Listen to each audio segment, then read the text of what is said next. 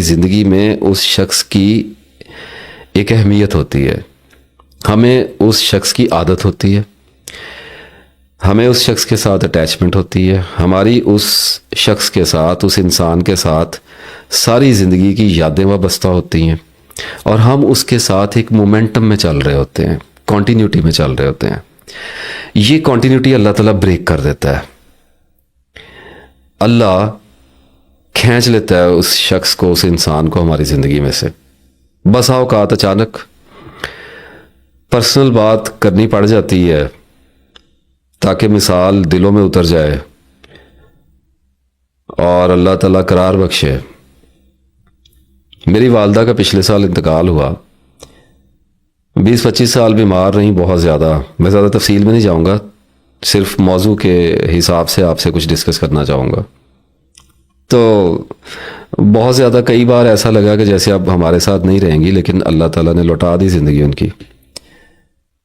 और फिर एक रात आई और वो ऐसी रात होती है कि जब वो गुजरनी शुरू होती है तो इंसान उस रात को हैरान परेशान देखता है कि ये मुझ पर से बीतेगी कब। और मेरे पे भी आई, मेरे वालिद पे आई, मेरी बहनों पे आई, मेरे भाई पे आई, हम सब पे आई, मेरी बीवियों पे आई, हम सब पे आई। सब मेरी वालदा रात को उठी और मैं उनको वॉशरूम जाना था, उनको लेके गया और वो वहाँ से भी निकल ही नहीं थी। उनको कार्डियक अरेस्ट हुआ और वो मेरे हाथों में ही चश्मे ज़दन में बगैर कुछ कहे, बगैर कुछ सुने इस दुनिया से रुखसत हो गई।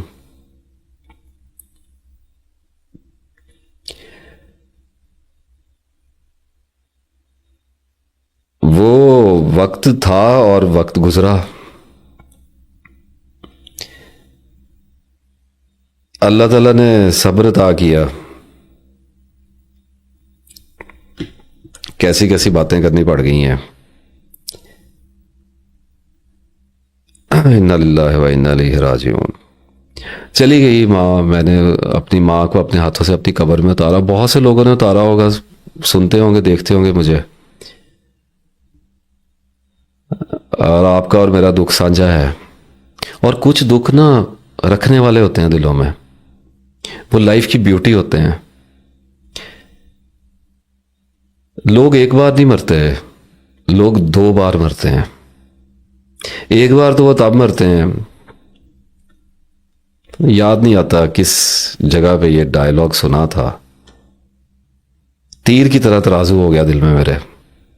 एक बार तो तब मरते हैं जब उनके जिस्म को मौत आती है, और दूसरी बार तब मरते हैं जब हम उन्हें याद करना छोड़ देते हैं। तो याद तो करना होता है। चली गई माँ मेरी और फिर गम शुरू हो गया। वो जो इनिशियल शौक आता है ना जी, वो तो वहशत होती है। वो तो हम सबका जो नर्वस सिस्टम है वो उसमें ही हमने बिहेव करना है और रिस्पॉन्ड करना है। अब जैसे 10 बंदे बैठे हुए हैं तो अगर बम ब्लास्ट होगा तो कोई बंदा उछल पड़ेगा, कोई बैठा रहेगा, कोई चौंक जाएगा, किसी को असर भी नहीं होगा और किसी को शायद हार्ट अटैक भी हो जाए। तो रिस्पॉन्स तो अपने अपने मिजाज और शख्सियत पर ही मुनहसर है, वो तो आता है, शख्सियत से छुटकारा नहीं है। उसके बाद फिर एक लंबा गम चलता है। ये गम उदासी में बदल जाया करता है, दिल ग्रेड आउट हो जाया करते हैं, रंग खत्म हो जाता है जिंदगी से। और कितना कर रोलेंगे आप, आखिरकार तो खामोश होना ही पड़ेगा, चुप करना ही पड़ेगा। और नहीं भी करेंगे तो आंखों का पानी खुश्क हो जाएगा, फिर क्या करेंगे। एनीवेज, तो मैं जब घर से ऑफिस के लिए निकलता था तो मेरी 15 साल ये रूटीन रही कि मैं अपनी वालदा के साथ नाश्ता करता था और उनका हाथ अपने सर पे लेके ही जाता था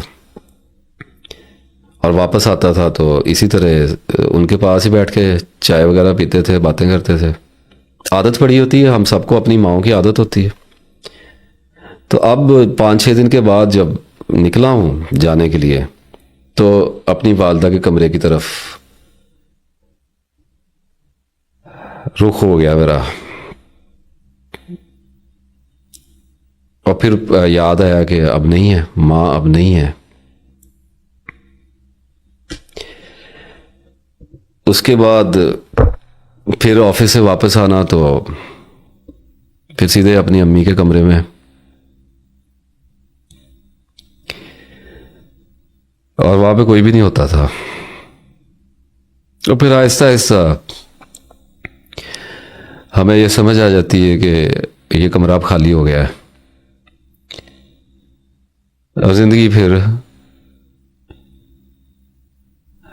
मैं जब कब्रिस्तान के बाहर से गुजरता था तो मुझे अजीब सी फीलिंग आया करती थी। इन्ना लिल्ला पढ़ ली, दुआएं पढ़ ली, बस ठीक है, गुजर गए।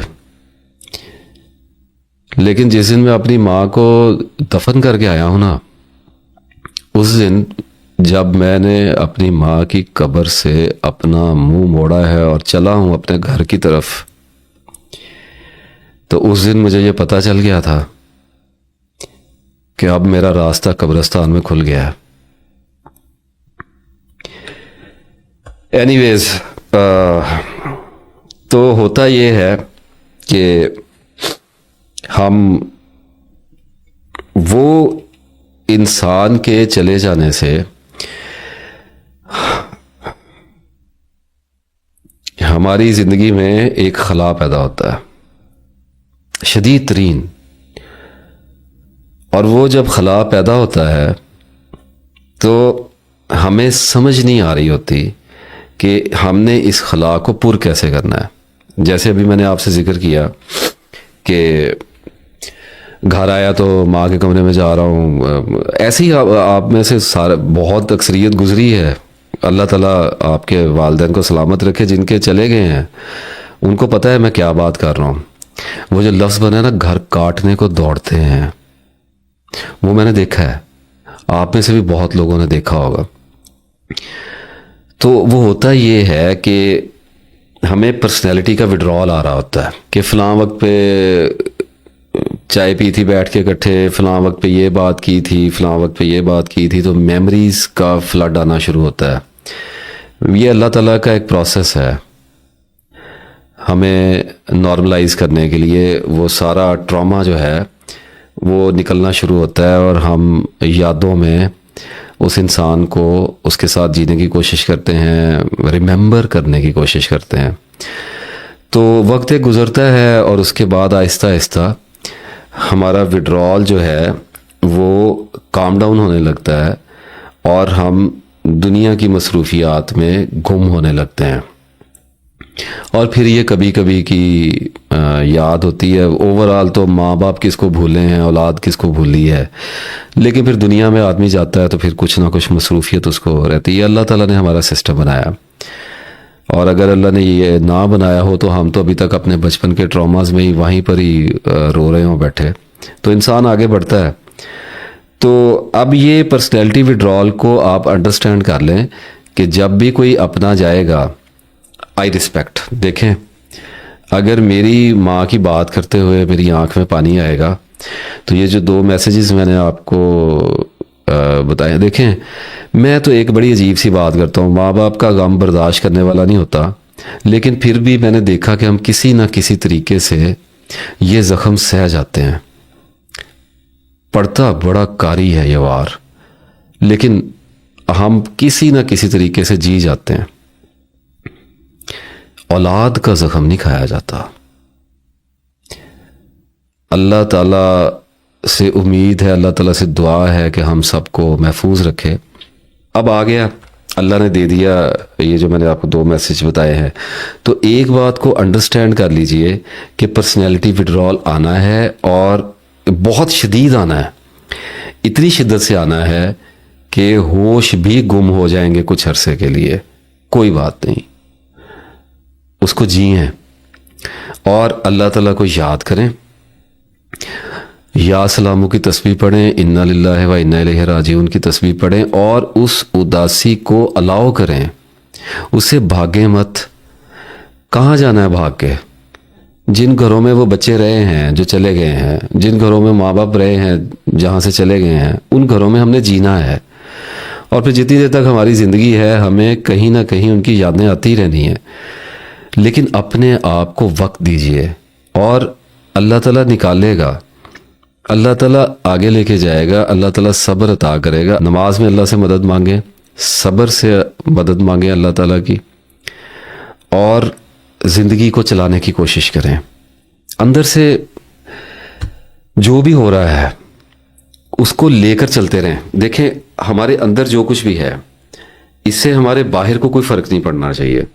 लोगों के बच्चे नहीं मरे हैं, लोगों के माँ बाप नहीं मरे हैं। आप जिन लोगों के अंदर जा रहे हैं, उनके साथ मिल रहे हैं, उनका कोई कसूर नहीं है, वो नॉर्मल हैं। वो आपके गम को शेयर नहीं कर सकते, उसको फील नहीं कर सकते। हाँ, थोड़ी तसल्ली दे सकते हैं, आपके साथ अफसुर्दा हो जाएंगे थोड़ी देर के लिए, और क्या करेंगे।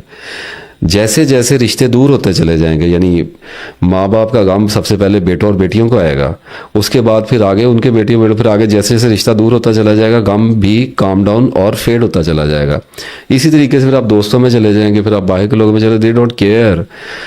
तो अपने आप को संभालना होता है, तसल्ली देनी होती है, और इस बात का अदराक रखना होता है कि कल को हमने भी मर जाना है और सभी ऐसे ही चले जाएंगे।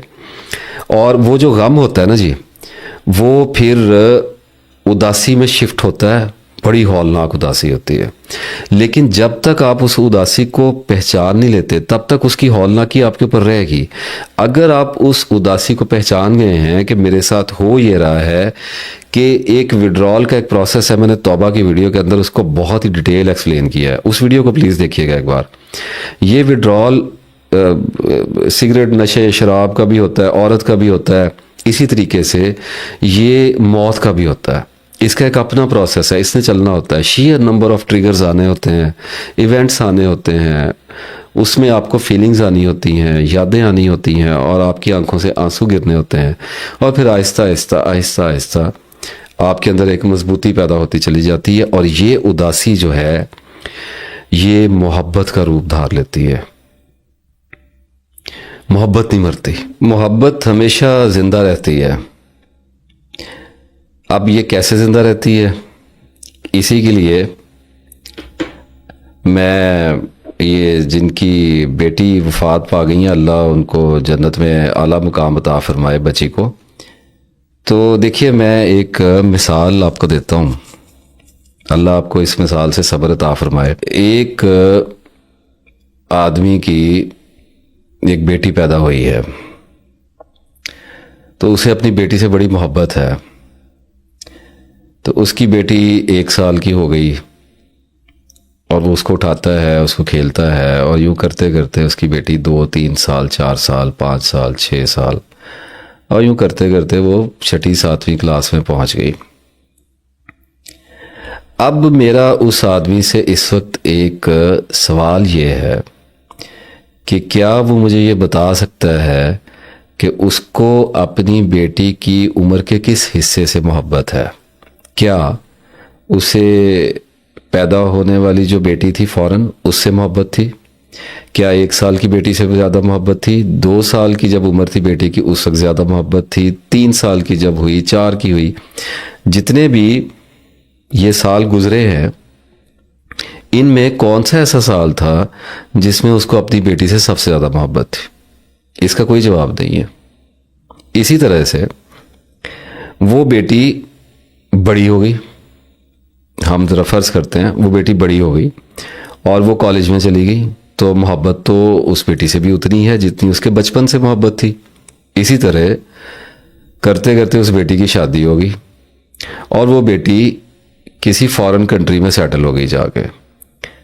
तो बाप की और माँ की मोहब्बत को इससे क्या फ़र्क पड़ा है कि पहले बेटी उनके घर में थी और फिर वही बेटी ब्याह कर किसी फॉरेन कंट्री में चली गई, तो माँ बाप की मोहब्बत उसी तरह शादो आबाद है। इसी तरह से हम ये फ़र्ज़ करते हैं कि वो बेटी वहाँ पर किसी बीमारी का शिकार होकर वफ़ात पा जाती है और वहीं पर कहीं उसको दफन कर दिया जाता है। तो अब उस माँ और बाप की क्या मोहब्बत बेटी से ख़त्म हो जाएगी? उसी तरह ही रहेगी। तो जब हम इस बात पे, इस अमर पे गौर करते हैं तो एक बड़ी अजीब शय हमारे सामने आती है कि हम देखते हैं कि हमें जिससे मोहब्बत है वो हमारे साथ हो, बहुत अच्छी बात, नसीब हमारे अच्छे। अगर वो हमसे जुदा हो जाए और हमसे दूर चला जाए इस दुनिया में कहीं, तो हमें गम आता है, लेकिन उसकी मोहब्बत में कोई फ़र्क नहीं पड़ता, बल्कि वो और ज़्यादा होती है। इसी तरह से वो शख्स, वो इंसान, वो बच्चा, वो माँ बाप, कोई भी हो, वो जब ज़ेरे ज़मीन चला जाए, अल्लाह के यहाँ चला जाए, तो हमारी मोहब्बत और बढ़ जाती है। तो इसका मतलब ये हुआ कि हमें इंसान के जिससे हमें मोहब्बत है उसके अपने पास रहने से, ज़िंदा रहने से, मर जाने से, दूर हो जाने से, जुदा हो जाने से, नाराज़ हो जाने से कोई फ़र्क नहीं पड़ता। हाँ, गम आता है, फीलिंग्स आती हैं, इमोशंस आते हैं, उनके ऊपर बात नहीं कर रहा, उनके ऊपर कोई बात नहीं है, वो बाइस इज़्ज़त हैं, उनको लेना होता है और उनके अंदर रहना भी होता है। लेकिन हमारी मोहब्बत को कोई फ़र्क नहीं पड़ता। हमारी मोहब्बत का चश्मा जो है वो जिससे हम मोहब्बत करते हैं उसके अंदर नहीं होता, वो हमारे अंदर होता है। अगर वो लोगों के अंदर हो तो जब जिन लोगों से मोहब्बत करते हैं हम, वो हमसे दूर हों तो वो चश्मा खुश्क हो जाना चाहिए। वो चश्मा हमेशा उबलता रहता है। ये जो चमकदार सयाल मादा है ना मोहब्बत का, ये चमकता रहता है, ये हमारे अंदर से उबलता रहता है, ये कभी ख़त्म नहीं होता। बंदे मरे क्या, सुनने वालों को, देखने वालों को मेरी इस बात का अंदाज़ा नहीं होता कि कितना लंबा अरसा बीत गया हमारे नबी सल्लल्लाहु अलैहि वसल्लम को इस जहान से पर्दा फरमाए हुए, विसाल किए हुए, और हमारी मोहब्बत में कोई फ़र्क ही नहीं पड़ता। और हमारी मोहब्बत जो है वो हर आने वाली नस्ल की मोहब्बत आप सल्लल्लाहु अलैहि वसल्लम से अगली नस्ल की मोहब्बत बढ़ती ही चली जाती है। इसी तरीके से हम इस बात को जान लेते हैं कि हमें तो हज़रत अय्यूब अलैहिस्सलाम से भी उतनी मोहब्बत, हमें हज़रत याकूब अलैहिस्सलाम से भी मोहब्बत है, हमें यूसुफ अलैहिस्सलाम से भी मोहब्बत है, हज़रत इब्राहीम अलैहिस्सलाम से भी मोहब्बत। मोहब्बत को फ़र्क ही नहीं पड़ता, ये जिससे है उससे है, जिससे नहीं है। देखें, एक छत के नीचे मियाँ और बीवी रह रहे हैं, मोहब्बत नहीं है, क्या करना है? और अगर मोहब्बत है तो बंदा ज़मीन के नीचे है, बंदा आसमान पे चला गया, मोहब्बत को फ़र्क ही नहीं पड़ रहा। तो इस बात को अंडरस्टैंड करने की कोशिश कीजिए। गम आपको आएगा, गम सर आँखों पे जो अल्लाह ताला ने दे जो दिया, तो उसको फिर हमने लेना है, हमने उसको जीना है। उसमें हमें क्या इनकार की सरताबी है, हम सब्र करेंगे। लेकिन मोहब्बत की फ़िक्र ना कीजिए, मोहब्बत तो बढ़ेगी। अब जिनकी बची गई है, अल्लाह उनको सब्र दे, उनकी मोहब्बत बढ़ेगी, ये बची नहीं भूलेगी कभी। ये मोहब्बत ऊंची होती चली जाएगी और इतना इतना ऊपर जाएगी कि एक वक्त आएगा कि अल्लाह आपको आखिरत में उस बच्ची के साथ मिलवा देगा और आपकी जुदाई ख़त्म हो जाएगी। और आप ये जान लेंगे कि एक दुनिया और आखिरत के दरमियान में एक सफ़र था जो जुदाई का काटा, और उसकी जज़ा एक बार फिर की मुलाकात होगी। तो ये तो बात मैं इस मैसेज के हवाले से करना चाह रहा था। अच्छा, अब ये जो दूसरे मसाइल हैं, जो हमारे पर्सनल इश्यूज़ के मसाइल, ज़ाती महरूमियाँ आमतौर पर जिनको हम उसमें कंसीडर कर सकते हैं, देखें इसमें थोड़ा मजबूत रहने की कोशिश करें, इनको इतना ज़्यादा सीरियस ना लें। अभी जो कुछ मैंने आपको दिखाया है ये हम सबकी ज़िंदगियों में किसी भी वक्त आ सकता है। डरने की ज़रूरत नहीं है, डर पैदा करना मकसूद नहीं है। इस वक्त मतलूब ये है कि आपको मजबूती दी जाए, और वो बात वो है कि जो इश्यूज़ हल किए जा सकते हैं, जिन इश्यूज़ में सरवाइव किया जा सकता है। देखें, मोहब्बत हो गई, ख़तून ने छोड़ गई आपको और आपको दुख ने लपेट लिया, खावन से नहीं बनती, खावन की बीवी से नहीं बनती, और नफ़रत हो गई है और एक डिप्रेशन आ रहा है सॉरी, और सफोकेशन फील हो रही है, और बाप की बेटे से नहीं बनती, बहन भाइयों की आपस में नहीं बनती, हालात ठीक नहीं हैं, गुर्बत बहुत ज़्यादा छाई हुई है, कारोबार नहीं चल रहा है, देखें ये सारे इश्यूज़ जो हैं सरवाइव किए जा सकते हैं अगर एक हद से ज़्यादा हल करना चाहिए, कोशिश करनी चाहिए, अल्लाह से दुआ करनी चाहिए, तस्बीह करनी चाहिए, कुरान पाक पढ़ना चाहिए, अपने किरदार पे नज़र षानी करनी चाहिए, अपनी गलतियों कोताहियों का मदावा करना चाहिए सॉरी, ये सब तो करना ही है। डिप्रेशन नहीं लेना, अकेले कमरों में बैठ के लंबी लंबी सोचों की कतारों में नहीं गुम होना, ये काम नहीं करना। एक बार डिप्रेशन आ गया, अगर एक बार नर्वस सिस्टम टूट गया, बिखर गया, अगर जहन परेशान हो गया, बहुत बड़ा मसला हो जाएगा। फिर एक ऐसा वक्त आएगा जब वो कि जो गम खाता था उसका, जिसका गम खाने से बचा जा सकता था, खुद ये सोचेगा कि काश मैंने ये गम ना खाया होता। तो खुद ना लें, थोड़ा सा हौसले के साथ ज़िंदगी को गुजारने की कोशिश करें। देखें हज़रत यूसुफ अलैहिस्सलाम की दुआ ने मेरा बड़ा साथ दिया सारी ज़िंदगी।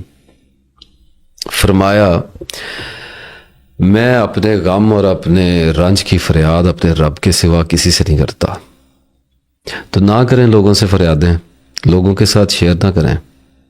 ये मेरे साथ शेयर कर दिया, अपने माँ बाप के साथ शेयर कर लिया, कुछ दोस्त अब आपके साथ कभी कभी शेयर कर लिया, हर्ज नहीं है। आदमी एक दूसरे से बात किया करते हैं, अपने दिल का बोझ हल्का किया करते हैं। लेकिन देखें हर वक्त का रोना बेकार का रोना होता है। Don't do this.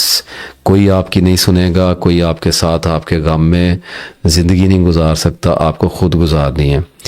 तो अपने आप को थोड़ा सा कंट्रोल करने की कोशिश करें, थोड़ा सा मजबूत रहने की कोशिश करें। जैसे बस मेरी तो दरख्वास्त ही ये है कि जो बड़े बड़े गम उतरने हैं ना, उनके लिए अपने आप को, अपनी तवानाई को, अपने जहन को, अपने असाब को, अपने दिल को, अपने जिस्म को बचा के रखें। अल्लाह के हजूर पेश होना है, जो इम्तिहान अल्लाह ने हमारे लेने हैं उनमें सुरखरू होना है। तो वरना वो क्या कहा था वो, कोई ऐसी हर्ज वाली बात नहीं है। गम में आदमी बेचैन हो जाया करता है। व अयूब इज़ नादा रब्बहू अन्नी मसन्नी ज़ुर्रु व अंता अरहमुर राहिमीन। जब पुकारा अयूब ने अपने रब को कि मुझे तकलीफ ने छू लिया है, ये गम था। तो अल्लाह को पुकारना तो है, अल्लाह के आगे रोना भी है, जितना मर्जी रोएं। लोगों के सामने स्टेबल रहने की कोशिश करें, एक्टिंग करने की ज़रूरत नहीं है। अफसुर्दगी है, दुख है, कोई बात नहीं, चलेंगे, जिएंगे इसी के अंदर। लेकिन अब खाना है और सोना भी है और अपनी रोज़ी रोटी का फिक्र भी करना है और ख़वातीन ने अपने घरों को चलाना भी है। तो ज़िंदगी में चलना तो पड़ेगा। और मैं बार बार ख़बर देता हूँ कि बचिए, अपने आप को बचाइए। हज़रत याकूब अलैहिस्सलाम की याद आती है कि जब वो उनके बेटे आए उनके पास और कहा कि खून आलूद कुर्ता ला के दिया हज़रत यूसुफ अलैहिस्सलाम का, तो आगे अल्लाह ताला फरमाता है कि उसने उनसे मुंह फेरा और कहा कि हाय यूसुफ, और उसकी आंखें गम से सफ़ेद हो गईं और वो गम को दुबा रहा था। और फिर हज़रत यूनुस अलैहिस्सलाम जब पुकारा और गम से भरे हुए थे, मखजूम का लफ्ज़ इस्तेमाल किया अल्लाह ताला ने। हौसला तो करना पड़ेगा, और इसलिए करना पड़ेगा कि जो आजमाइशें अल्लाह ने देनी है उनका सामना करने की तवानाई हमारे अंदर हो। अब बात आ जाती है रवैये के ऊपर। रवैया बेहतरीन होना चाहिए, सब्र के साथ होना चाहिए, अल्लाह के ऊपर तवक्ल के साथ होना चाहिए।